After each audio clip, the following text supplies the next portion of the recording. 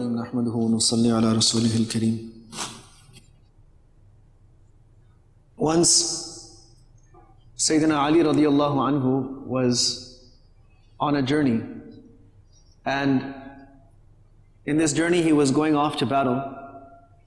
He had his armor strapped onto the back of his camel, and at some point the armor was lost. He went ahead and completed that expedition. When he came back, he saw that someone has his armor and is trying to sell it in the marketplace. Now in those days, the armor would be custom made, so you knew which one was yours because it was made just for you. He said, "Hey, that's mine." He said, "No, it's not." He said, "It's mine. It was on my camel and I lost it." He said, "Well, it's in my hands. I'm selling it. Do you have any proof that it's yours?" So Ali radiallahu anhu could not argue with him at that time, but he said, I need to get this sorted out. So let's go to the court and settle it. The court said, yes, the qadi of the Muslims, the judge of the Muslims is going to decide what happens with this armor. So the man said, okay, happily I will go. So when Ali radiallahu anhu, who at that time is Amirul Mu'mineen, he is the Khalifa of the Muslims, of the whole world,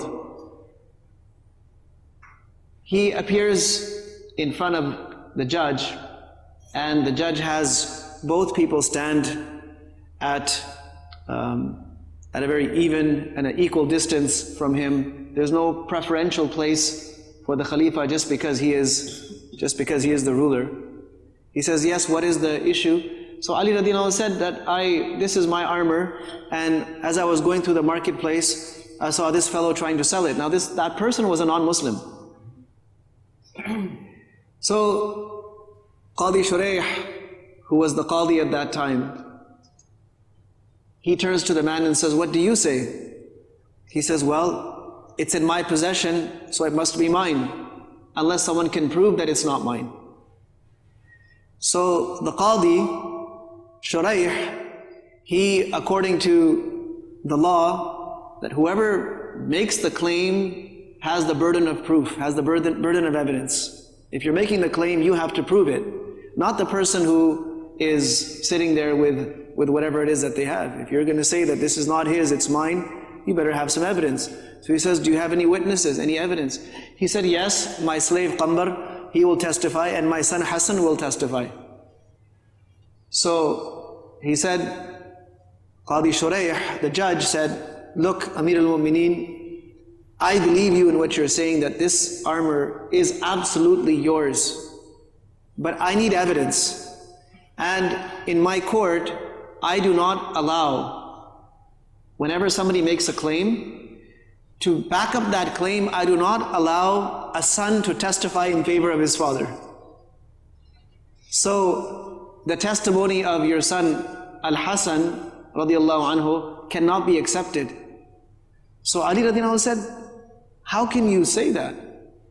You're going to reject the testimony of someone who is guaranteed to be from Jannah? Nabi sallallahu alaihi wasallam said, Al-Hasan wal-Husayn sayyida shababi ahli al-Jannah. These two grandsons of Nabi sallallahu alaihi wasallam, they are going to be the leaders of all the youth of Jannah. So he is guaranteed to be from the people of Jannah, and you're going to reject his testimony. He said, no, I'm not doubting anything that you're saying, but the rule is that a son cannot testify in favor of his father if the father is the one making a da'wah, making a claim. So I'm sorry, I cannot accept it. It's not that I'm not accepting him, but I cannot accept his testimony. So then Ali radiallahu anhu said, well, I don't have any other proof, so I guess I have to let go of it. So fine, so be it. Now this non-Muslim who was watching all of this and sees that now the decision is made in his favor, he gets to keep this armor, he bursts out saying that, Ashhadu an la ilaha illallah wa ashhadu anna Muhammadan Rasulullah. And he said, I testify that this armor belongs to you and it is not mine. And I testify that this deen is haqq. And from today I am entering into this religion. So no one knows what happened with this guy. What happened to you? All of a sudden, you came into court, you were saying it's yours, and then all of a sudden you change your mind and you're all Muslim and everything. So what's going on? So he said, look, this armor was strapped onto the camel of Amir al-Mu'mineen while he was on his way to Siffin, one of the battles. And it fell off. It got loose and fell off. I picked it up and I took it back and I tried to sell it.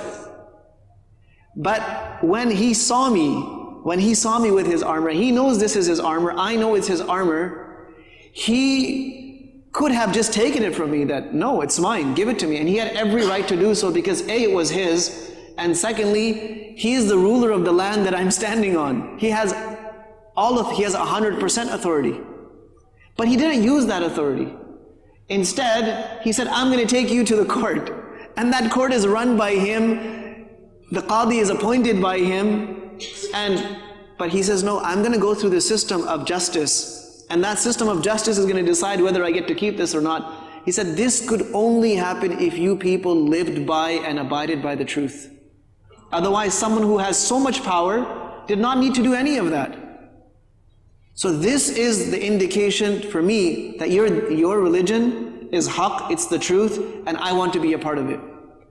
So Ali radiallahu anhu said, well, now that you've accepted Islam, here's what I'm going to do. I'm going to take this armor and I'm going to give it to you as a hadiyah, as a gift. You keep it.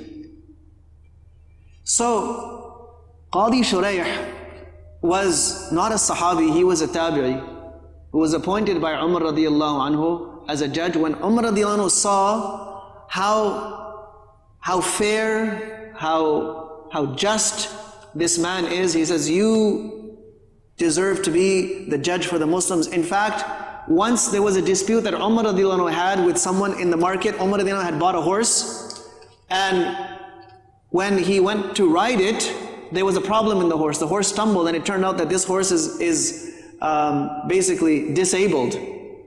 So he took it back to the seller. He said, hey, you sold me this disabled. He said, no, it was fine when you saw it. Was it limping? No, it wasn't limping. Well, that happened after you rode it.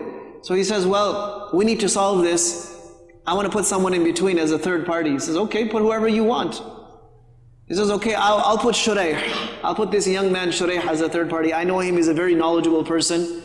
Do you agree to him? Yes, I agree to him. So when they go to Shurayh, he said, look, this is the issue. So he said, Amir al-Mu'mineen, simple question. When you got the horse, was it limping? He said, no, it wasn't limping. He said, well, either you keep the horse or make it stop limping and then return it back to the owner. And Umar radiallahu anhu said, wow, that is how a judge is supposed to be. This is judgment. This is justice. The decision was against him. He said, this is how justice is supposed to work. He said, I want you to be the Khalifa. I want you to be the judge on behalf of the Khalifa. I want you making the decisions in our courts. His son came to him. He said, Dad, I have this issue where I'm about to get into a legal settlement with someone. Can you study the case for me and tell me what are my chances of winning? If my chances of winning are good, I'll come into the court and we'll do it through the courts. And if my chances of losing are better, then I'll just do some settlement with them. They're happy to make some kind of a settlement. So he said, okay, tell me what it is. So the son told him, he said, no, it's better you bring it into court and we'll deal with it there. So the son was very happy that I'm going to win this case through the courts. Decision's going to be in my favor. So when he comes, he brings that other party into the courts. His father is the judge. His father rules against him and makes him pay. So later he comes back to his father and says, Dad, you disgraced me in front of everyone. I asked you about this, what chances I had. He said, you know, when I looked at the case, I knew that you had chances of losing. I knew that from the beginning. But when you told me you were going to agree to a settlement, I was afraid that you are going to do a settlement with them in which some of their right is not given. You'll get them to agree even though they're entitled to more. And he says, there's no one. He said, one of you is more dear to me than the whole world filled with those people. But the thing is that Allah subhanahu wa ta'ala is even more important to me, and His haqq is even more important. So these are some lessons from people who knew the true meaning of justice, of fairness. It wasn't about favoritism. It wasn't about covering up the truth. It wasn't about getting your way. It wasn't about cutting corners, finding loopholes, finding ways to get things done. It was about doing things properly, fairly, every single time. May Allah subhanahu wa ta'ala enable us to walk in their footsteps. Wa sallallahu wa sallama wa baraka ala nabiyyina Muhammad wa ala alihi wa ashabihi ajma'in.